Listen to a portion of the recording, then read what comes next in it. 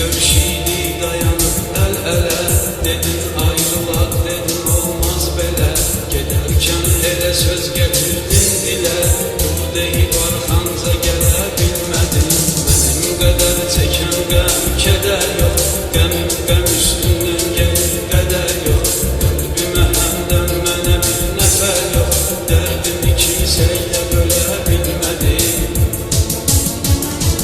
Gəl gözəlim, bu qədər əziyyətə tab etmir ürək. Gəl gözəlim, qovuşaq bizlərə hicranla gələk. Gəl gözəlim, istərənsin yerəmin nuri mələk. Gəl gözəlim, məni səndən aparmaz. Gəl gözəlim, Gözəlim, mən hər dəfə düşünəndə sənlə keçən günlərimi alışıram.